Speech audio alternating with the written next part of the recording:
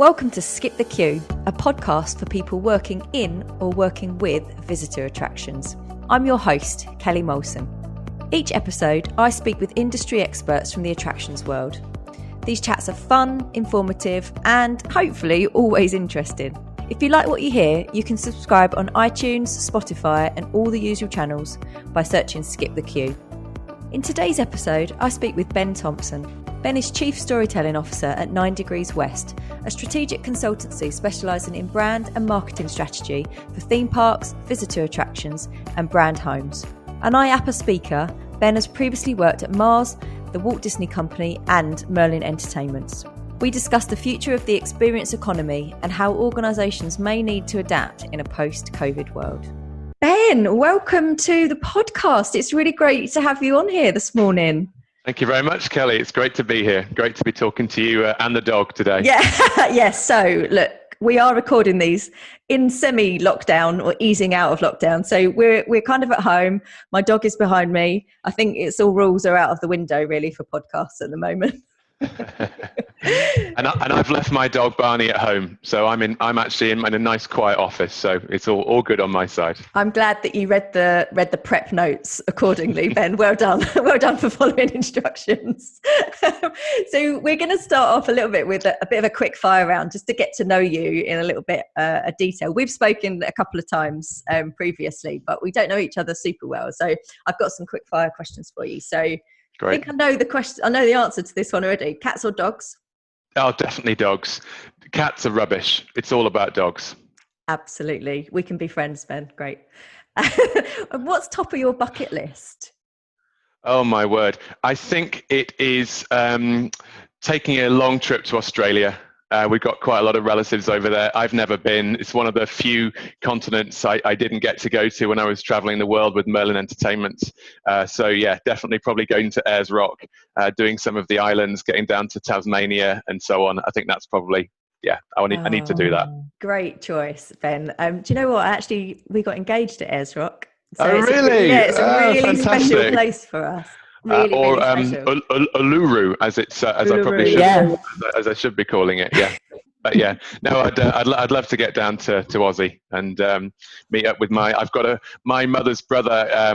Went out there and he had 5 children. They all got married. I think there's about 50 Thompsons that are out there now. So yeah, looking forward to catching up with them one day. Oh, good. Well, yeah, you've got a lot of people to visit out there. That sounds fab. Okay, tell me one thing that you're not very good at. Oh my word! I mean, how long have you got? I'm really, really impatient, and I have to work. I've had to learn to listen well to people, particularly my wife. Oh no, this is going really deep, really quickly. We definitely need to edit this out. I'm an ENTJ in Myers-Briggs terminology, so extroverted blue sky thinking. So I'm brilliant on the future and possibility and what could it look like. I get very bored very quickly with what I consider to be the mundane and administrative task, and I'm terrible at hiding my feelings. So if I'm bored about something, it's written all over my face. You definitely can't air this now. This is far too personal. I'm really worried that I'm going to start looking at your face soon and sense that boredom coming across as well, Ben. You're giving too much away. Okay, good question. One last question. Tell me something that you believe to be true that nobody else agrees with you on. So what is your unpopular opinion? Oh my word. These questions are really good and terrible. Okay. So I believe that cricket is the very, very best sport in the world, bar none. And I have a really solid argument as for why that is the case. And hardly anybody, apart from a very tiny percentage of people, agree with me. Do you want to share that argument? Just in case we've got any listeners that share this opinion. In a nutshell, it's the ultimate combination of the individual and the team game and conditions and everything else, skills and experience that are wrapped into one. And it has different formats. You can have a really short game, like only 3 hours, or quite a nice leisurely version of 5 days where you can have a draw at the end. Okay. I mean, we'll agree to disagree on that one, Ben. Well, there we go. Maybe some of our listeners will. I mean, tell us, let us, like tweet us and let us know if you agree with Ben. I'd love to hear. Thank you for sharing. I always like to do that. I think it's quite nice to get a little bit of an insight into people's minds. And also, what I really enjoyed is that you know, the thing that you said that you're not very good at actually showcased the things that you are very good at, which is talking about the bigger picture and the future and what things look like. And that's really one of the reasons that I have asked you to come on the podcast, because you've got an incredible background in attractions and the experience economy. And it's challenging for many in that sector at the moment. And I'm really keen to get your opinion on how it's been and what you see the future to be. But could you just kind of give us what a typical project is for you, Ben? Yeah, I mean, obviously the immediate answer is there's no such thing as a typical project, because every client is different, and that is true. The kind of golden threads that I get involved, it's all about storytelling. I call myself a chief storytelling officer, and that is what I do. I've always loved books and narrative and, you know, kind of rich tapestries. Like I loved Lord of the Rings as a kid. I loved all of the kind of the Hobbit, all that type of stuff. And I read, you know, voraciously. There's a long word for a Wednesday morning. It's a voracious reader. And as I got kind of older, I read a lot of psychology books. Really fascinated by how the brain works. And Danny Kahneman is my sort of absolute number one fan. He wrote a book called Thinking Fast and Slow. And Kahneman worked with a guy called Amos Tversky, and Kahneman ended up being a Nobel Prize winner and basically invented kind of behavioral economics. And I find all that stuff fascinating at the point where kind of story and narrative meets, you know, meaning, how we interpret the world around us. I think that story forms, you know, it forms views, it forms culture, but it can also transform. So Joe Pine and Jim Gilmore talk about, you know, that they're at this stage of the transformative economy, where the product is the change I see in me as a customer or a guest when I engage with your brand. And I think story has a huge role to play in creating those kind of transformative experiences. So that's sort of a big thread that runs through it. Back to my sort of personality and loving the new. I'm often working on new projects. So that could be, you know, like Tony's, which, you know, we released our beautiful video, which we produced with Storyland Studios a couple of weeks ago. Yeah, so this is Tony's Chocolonis. Yeah, Tony's Chocolonely. Yeah, exactly. So that is an amazing brand that has got a fantastic story, wants to transform the industry in which it's working, and wants to create a visitor experience to immerse people in that brand and to create advocates for their mission, which is to end slavery in the chocolate industry. And our role was to take that from, you know, a very basic, okay, we want to do this, and it's going to be kind of this size, and it's going to be this location, and by the way, it's going to have a roller coaster, to, okay, how do we actually put an immersive narrative around that? And what we've done successfully is this. It's, you know, a great story, when you stand back and you sort of you think about it, it's so simple. Our approach to that was 3 acts: heart, head, and hands.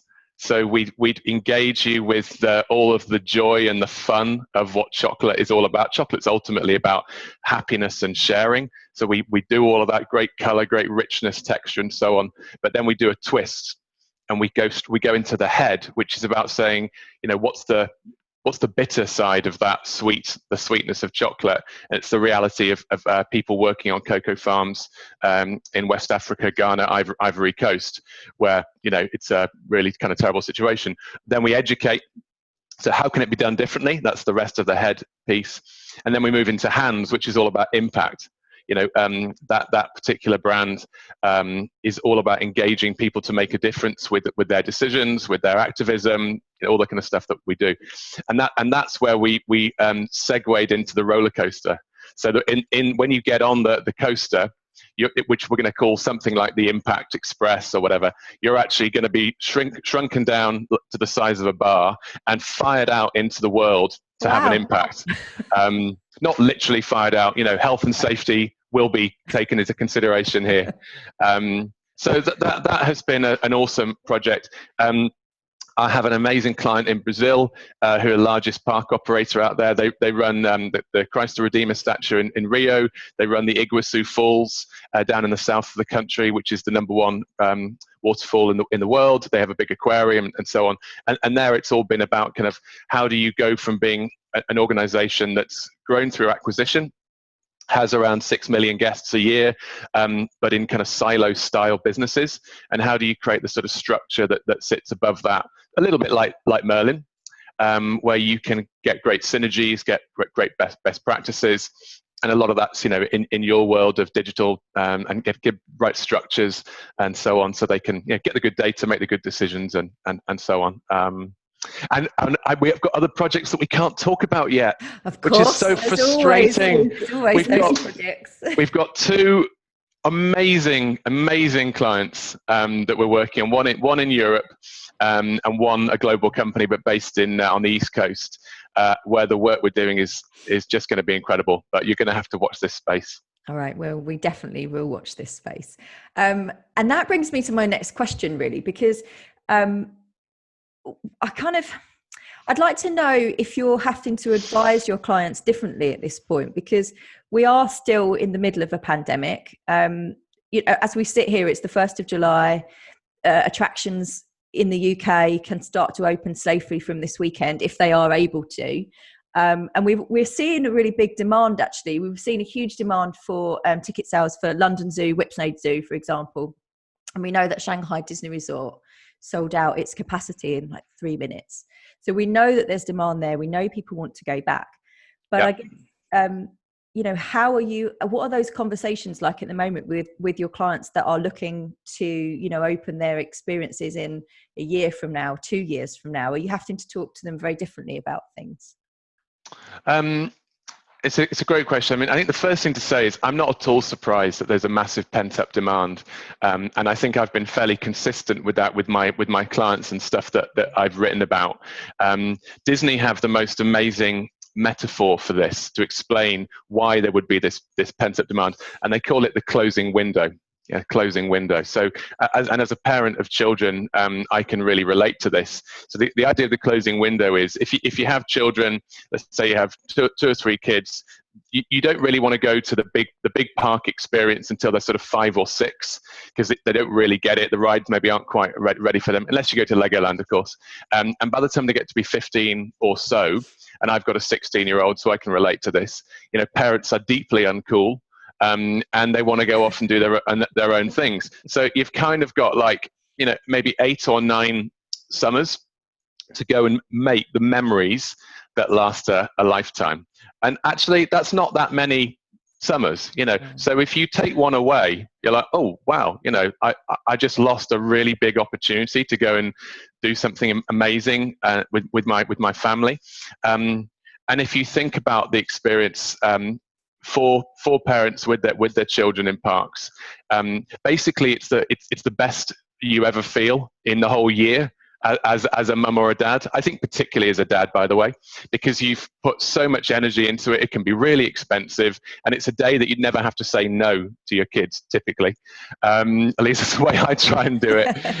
So you feel great, right? And those memories kind of reinforce your sense of yourself and the story that you tell yourself. So that's the power of the industry that we work in. And if you close the doors on people and say, you can't go, and then they open up again, no surprise, there's going to be a kind of a rush to the doors. And I think I think indoor is going to be different from outdoor. I think outdoors obviously going to have the benefit of it's going to feel safer for the more risk averse folks out there, like my wife. But the thing about indoor is still a massive role for it. It all depends about whether you've refreshed the experience. A big part of our industry is about suspense. Surprising people. Oh, I didn't know they were going to do that. Oh, that's different from last time. Or, I want to go further into that experience than I could the time before. I think that's why escape rooms are such a great trend, because you want to do it quicker. Maybe they change a few things, and it's a different experience each time. So I think for anybody who is still waiting to get open, please don't try and open with the same experience that you did last time, because I think people are going to be looking for something new. It's really good advice. I guess there are some experiences that can't open at all at the moment, and that's a huge challenge. So I read last week about the Postal Museum, who is allowed, they are allowed to open, and the restrictions have been lifted. However, they can't make it safe enough for people to come in because they've got restricted space, and actually restricted space on the postal ride that they have, the actual experience. And so, it is still really, really difficult for the industry. And I guess how can you advise? I guess you can't advise them if they physically can't look at the safety implications and they can't make it safe for people to come. That's a very different story. But so your advice to attractions is to refresh what they're doing. Don't just open as they have previously. I think that's right. One of the most important things I feel is about empathy. So I engaged a few of my colleagues in the IAAPA organization in February, I think, with an idea around how we might recognize our healthcare and key workers once we opened. We called the idea healthcare heroes. And actually a number of people have taken it on. So people in China have done it, a load of the folks in Europe have done it as well. And the idea there was just simple way of, the first people who come through the doors of our attractions ought to be the people who put their lives on the line to help us during COVID. So, doctors, nurses, people working in healthcare, actually teachers as well, by the way. My wife's a teacher. Teachers get a bad rap most of the time, but they had to go back into their workplaces a long time before anybody else. I thought that was a good idea for two reasons.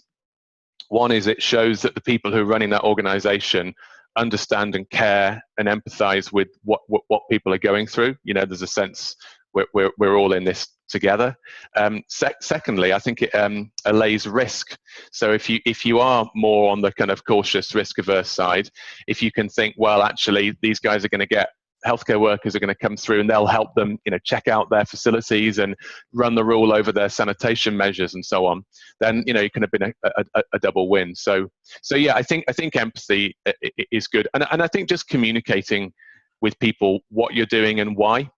The guys over in Shanghai, when they opened earlier in May, I thought did an outstanding job of just being right up front and talking about, here are the guidelines. This is what we're following. We're not putting the full number that we can put through from the get-go. I think they had the right to go up to sort of 25, 30,000 people a day. I think they put 5,000 in on the first day, and then it kind of moved up to 10 and so on. And that shows a really again kind of sensitive mindset. It's not all about shoving as many people through as possible to try and generate some revenue. It's a bit more caring than that.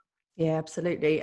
Again, that's one of the things that we've been talking about in the office the last couple of weeks is we talk quite a lot about, getting visitor numbers through the door. We've got an ebook, double your visitor numbers. You can't do that at the moment, so you've got to try and kind of maximize the revenue of the people that can come through, but also, caring about their health and safety and making sure that they are safe is the fundamental thing that you need to be caring about when you get those visitors back through the door. Yeah, I mean, I think, again, I wrote another piece on this around about guest centricity, as opposed to customer centricity. I've always thought that the metaphor of the host at the dinner table is the right one for any kind of hospitality business. When you invite people just to come into your home, you're treating them as if they are a member of your family. You do anything for them. You want to understand all about them, their needs, their preferences, whatever it is. I think in the article I kind of use the example of so many of the CRM platforms where you get asked your name like 5 times or have to fill in the same details. Yeah, it's the equivalent of, after the second course saying, oh yeah, what's your name again? And oh, is your husband Dave, is it? Oh, James. Oh, sorry. So I just think that mindset of, being all about the guest and caring for them and their day, it will stand us in good stead. This is really interesting, actually. I should, I think I'm going to hook you up with a past guest who was on our season 1 of the podcast. We spoke to Alex Book from Arcade. So they are a big VR agency. Now they actually talk about not calling guests or visitors. They talk about calling them players. And it was a really interesting discussion around like how you engage with them and what that kind of message is. I think that the two of you should have a chat about that. That would be maybe on here. Maybe on here, actually. That would be great. Language is important. One of the things Joe talks about is the idea of staging an experience. They say work is theatre. It's not a metaphor. We're not saying think of work like theatre. They're saying it is theatre. You go to work every day to play a role. And when you have an organisation, that is like a theatrical production, everyone playing their parts, staging the experience for the guest, whether that's a pharmaceutical company looking after patients, or a retail organisation looking after shoppers, or Alton Towers or Disneyland looking after families and so on in the theme park. Yeah. So on that note, actually, with Disney, we were discussing last week about the Disney magic and how they still create that feeling. I mean, it's super exciting. I've been to Disney about 4 or 5 times when I was a kid, and my parents love it. And there's not one part of that experience that isn't magic. Even I can remember parking, my dad parking the car, even getting on the little tram that takes you into it. Every part of it is exciting. Like, how do they keep that up with the measures that they have to have in place now?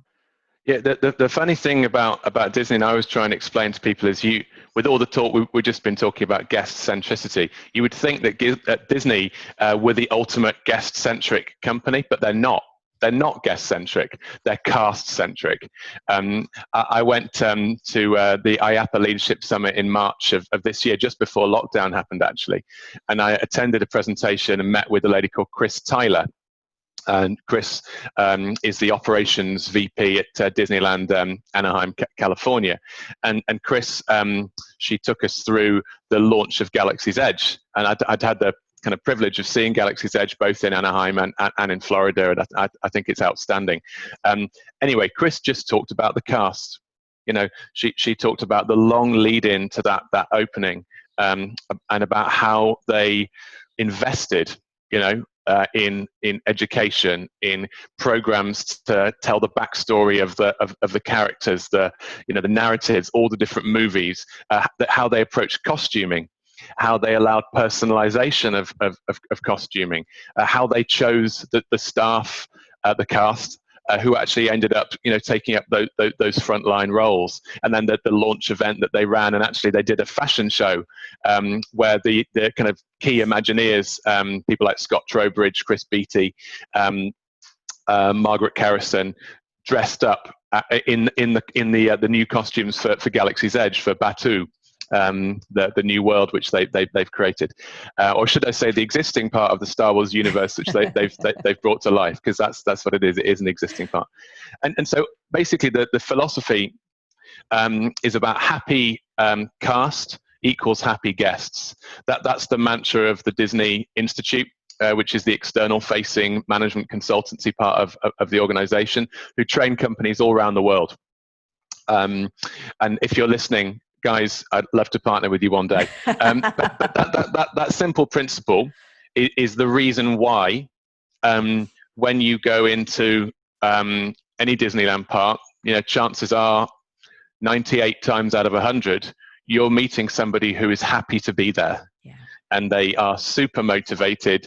They believe in what Disney are trying to do, whether it's somebody who works in the janitorial department, whether they're doing the laundry, whether they're in frontline guest service, whether it's ride ops, whatever it is, they know they're there to create a magical experience and magical memories.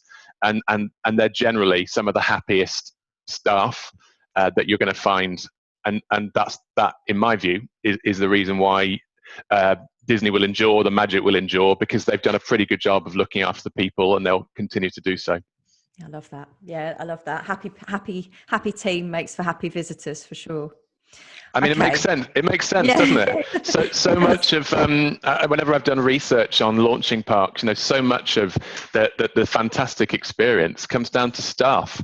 It's probably 25% of the overall piece. It isn't the coasters, it isn't it is those things, but those guys make up so much a part of it, and we forget that at our peril. Yeah, you're right, actually. And I can draw a parallel to one of our clients for exactly the same reason. So we work with Eureka, the National Children's Museum, and their team are called Enablers. And every single one of them, every time I've been, is happy. They are engaging. They are genuinely really so delighted to be there and to welcome you and to help you, and it is just lovely. And that is part of the whole experience for me. That front of house team are so incredibly caring and dedicated to the people that are coming through the doors, and that is the big part of what that makes that experience brilliant. Yeah, absolutely. Okay, big question for you. So what do you think the experience economy is going to look like post-COVID? Are experiences like Tony's, for example, are they going to need to have a different focus? Are they going to need to look at things that are more virtual continuing? We've seen a lot of that during lockdown, virtual museum tours, virtual experiences. Is that going to continue, or do you think things are going to go back to how they were? It's a bit like the saying in the Hollywood industry, in the film industry, nobody knows, right? You get a lot of people who'll say, "Oh yeah, it's going to be like this. The world's going to change." No, the world isn't going to change. It's going to be exactly the same. It's how do you say whether a film is going to be a success or not? Nobody knows. I think that if we do a lot of work, kind of benchmarking what we think are really successful brands who've understood what the transformational economy is all about, and we showcase their work. So good example, not in our industry specifically, but they are an experience provider. Peloton are they provide the program of how you become a better cyclist. I actually think it's about becoming a better looking cyclist as well, by the way, because it's a very sort of sexy brand. The product of Peloton, is well-being, how I feel about myself. Yes, my fitness, but my sense of belonging, being in something bigger than myself, my sort of competitive juices flowing, and all that kind of stuff. People who love the brand, they would not lose their whatever it is, hour in the morning or at the end of the day or whatever, for anything. It's like a sort of super positive drug, effectively, to kind of think about it like that. Now, interestingly, that's an experience that's in home. They connect it around the world through these super cool screens, and you've got people from all different parts of the world, and that's sort of the point, of the online community. I'm sure, though, that there's a version of that could go from in the home to in a physical space with lots of other people, and a good example there would be esports. So esports has grown out of gamers, sat in front of a screen like this, maybe one or two together playing a multiplayer. Now you've got leagues, franchises. When the London resort launch in X number of years' time down in Kent, that there's talk of an esports franchise having their physical home, like Arsenal or Chelsea Football Club, the equivalent of them having it there, and having stadiums full of people sort of watching the gamers. So that the point is, it can go both ways. We're talking about physical theme park visitor attraction, brand homes, museums being places where people go to, and we're worried about will they kind of come back? Well, I think lots of good examples of organizations creating virtual digital experiences, and there are obviously revenue driving opportunities as well. So we're about to do some work with the distillery industry, and they're a provider, a curator, if you will, of really, really high-end product that unless you tell the story, so bottles of whiskey or gin or whatever that are selling for hundreds and hundreds of pounds, you're never going to buy that in Waitrose. But if you wrap a story around it and talk about the provenance and the heritage and the characters who put that together and the years and years in, whatever, then I think you're going to stand more chance of being successful. And all that can be done virtually just as well as it can and often, more effectively with some of the latest digital technologies. Yeah, absolutely. I almost certainly haven't answered the question, but I at least hopefully gave some thoughts. I don't think the question can be answered, can it? It's impossible at the moment. It's like you say, we just don't know. At the moment, we don't know what's coming in the next couple of weeks, let alone the next couple of years. So I think I really enjoyed your answer, though. And distilleries is something that we know a little bit about, Ben. So I feel like there might be something happening there. Okay, let's talk. Let's talk. Do you know what? We connected quite early on at the beginning of lockdown. And one of the things that I really enjoyed, you wrote an article, brilliant article actually, on Blue Loop. It was called COVID-19 and the Enduring Strength of the Attractions Industry.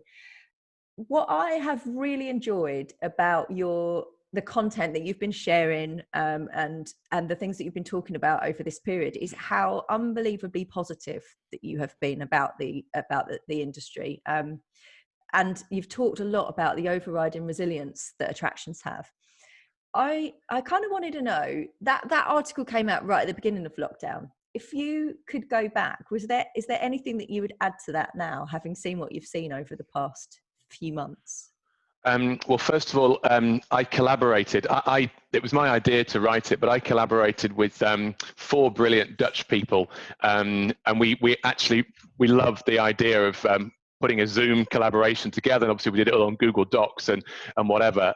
So Raymond and Luca and Carolien, and I've forgotten the other guy's name. Oh, I'm sorry. We'll have to edit that. We'll come back. So, yeah. So they helped me sort of put that together. I don't think I would change anything. If I had a bit more time, I would like to have gone more into the psychological drivers, the deep kind of reasons why. Joe and Jim have this experience framework. So you've got education, entertainment, aesthetic, which is this sort of art appreciation, and then escapism, and this sort of 4-box grid. And then they overlay that with things like edutainment and escatainment. What I think is really interesting is why do we feel the need to be entertained? Why is what happens when we appreciate art? In our mind, in our heart, in our soul. What's actually going on there? And often it gets down to transformations. We as human beings, I think, are always looking to better ourselves. We have an idea of ourselves that's bigger, more perfect, better than the way we kind of realize we are, and we're always striving to try and get there. And I think brands that can help that sort of journey, help me understand my ambitions, achieve some of those ambitions, contribute to the world. I sometimes think I oscillate between thinking we're all fundamentally selfish and we're all fundamentally good. And I think the truth is we're both. Successful businesses in our industry will be those who can really create the environment where we can be our best selves. Now I've forgotten what the question was, but would I change anything about the article? I would love to go into more of that kind of the sort of psychological approach to it, and what psychology can teach us in the entertainment industry. But the article was way longer than we started out, so I think there's a lot to talk about. Charlie Reid at Blue Loop would probably have got his editing pen out. Well, I'll ask him. He's coming on here in a few weeks. Yeah. We are coming up to the end of the podcast interview. I've thoroughly enjoyed speaking to you, Ben. I think me too. You've got a really great take on what things are going to be like future. I know we can't be so specific at the moment, but I think some of the things you're working on just sound so incredibly exciting. And I'm really pleased to see that there's still that kind of overriding resilience in attractions. They're going to come back bigger and stronger. We like to ask our guests at the end of the podcast if there's a book that you would recommend that has helped shape your career in any way. Yeah, so there's 2 books actually, if I can be cheeky. You can.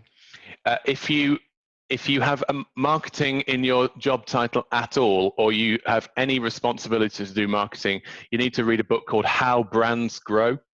How Brands Grow. It was written about 15-ish years ago by a guy called Byron Sharp at the Ehrenberg Bass Institute down in South Australia. I had the privilege of being trained by Byron and his team when I was at Mars. It's incredibly simple concept of how brands grow, obviously, hence the title, around mental availability, so the memory structures that sit in your mind. So if I say Coca-Cola to you, now you're thinking about the color red and swirls and the silvery writing and the shape of the bottle with the little glass pieces, which if you drop it on the floor, it's so recognizable that every shard will look like you'll know it's a Coke bottle. That's mental availability. And physical availability is the concept of being at arm's reach whenever the desire to purchase from that category is triggered. That's the concept. But the book kind of goes into much more depth than that. And then I think for anybody in our industry, they need to get the latest copy of Joe and Jim's book, The Experience Economy, for which I really should be on commission. So I think, Joe, we need to have a word about that. I just think you can't operate in this space without having understood that. Authenticity is also a really good one, which is the follow-up to Experience Economy. But that would be me saying... That's 3 books. That's super greedy. But I'm really glad that you shared The Experience Economy, because it is a fantastic book. And I'm sure that many of our audience have read it. And if you haven't, you definitely need to.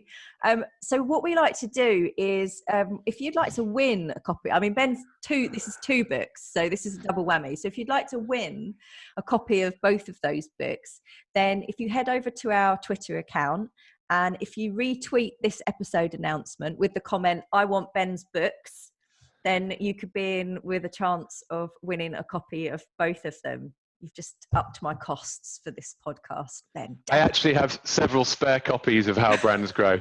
Or maybe Ben will send you one personally, directly. I'll put one in the post, well thumbed. Great. Ben, is there anything else that you'd like to share with us before we head off today? I think we're good. This has been really, really enjoyable. Apart from all the skewering you did at the end, it made me talking about all the things I was rubbish at. Just trying to get under the skin, Ben. Yes, you did that. You definitely need to edit that out. No, it's been great. Look, I think this is a fantastic industry. We've taken a bit of a punch. But there's no limbs broken. We'll come back stronger. We've been growing 3 or 4% CAGR for the last 10 years. The industry entertained 1 billion people last year, or probably slightly more, and strong growth across the regions. I think it's a great place to work and have fun. That is a lovely place to end the podcast on as well today. Thank you so much for joining us, Ben. It's been a pleasure. Pleasure. Awesome. Thank you so much, Kelly. Thank you. Thanks for listening to Skip the Queue. If you've enjoyed this podcast, please leave us a 5-star review. It really helps others find us. And remember to follow us on Twitter for your chance to win the books that have been mentioned. Skip the Queue is brought to you by Rubber Cheese, a digital agency that builds remarkable systems and websites for attractions that helps them increase their visitor numbers.